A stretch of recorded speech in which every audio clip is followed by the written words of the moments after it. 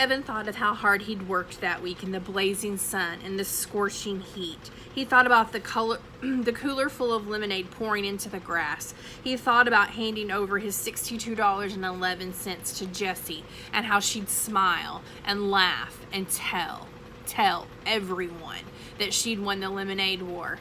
The guys would all shake their heads. What a loser. Megan would turn away. What a stupid jerk. Evan slammed the lid of the lockbox shut. He stuffed the envelope in his shorts pocket.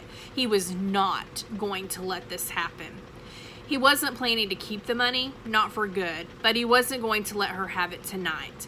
When it came time to show the earnings, he'd have $62.11, and she'd have nothing.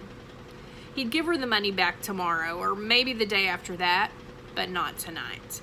He suddenly felt a desperate need to get out of the house as fast as he could. He shoved the lockbox back into Jessie's closet and the key back into the fake pack of gum. "Hey, Mom," he shouted, not even waiting for her to answer back. "I'm going to the school to see if there's a game, okay?" Chapter 12. Waiting period. Waiting period, a specified day required by law between taking an action and seeing the results of that action.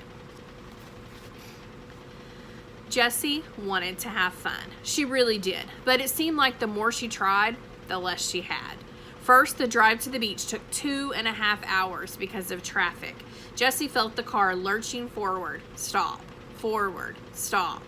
"Memo to myself," said Mr. Moriarty, "never go to the beach on the Sunday of Labor Day weekend, especially when there's been a heat wave for more than a week."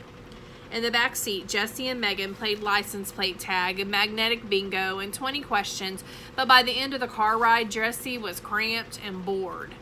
When the beach parking lot was so full, they had to park 1.5 miles away. Then they had to walk. Then the beach was so crowded that they could hardly find a spot for their blanket.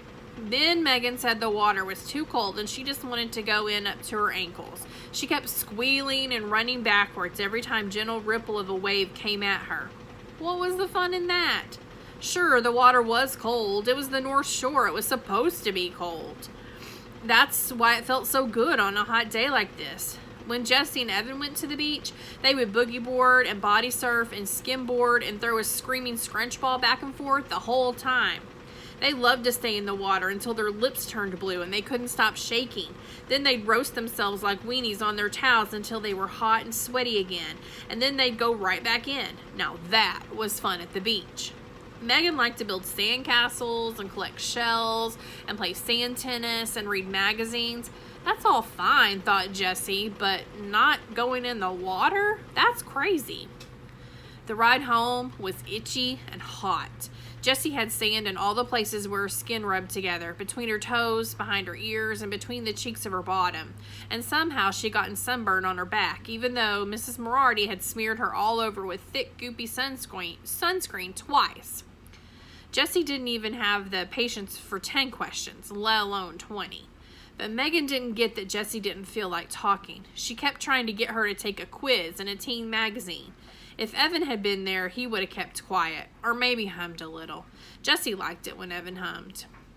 As they turned onto Damon Road, Megan asked, "Are you feeling sick?" In fact, she was. For the past half hour, Jessie had been imagining walking in the door and facing Evan. And she'd been feeling sicker and sicker with every mile that brought her closer to home.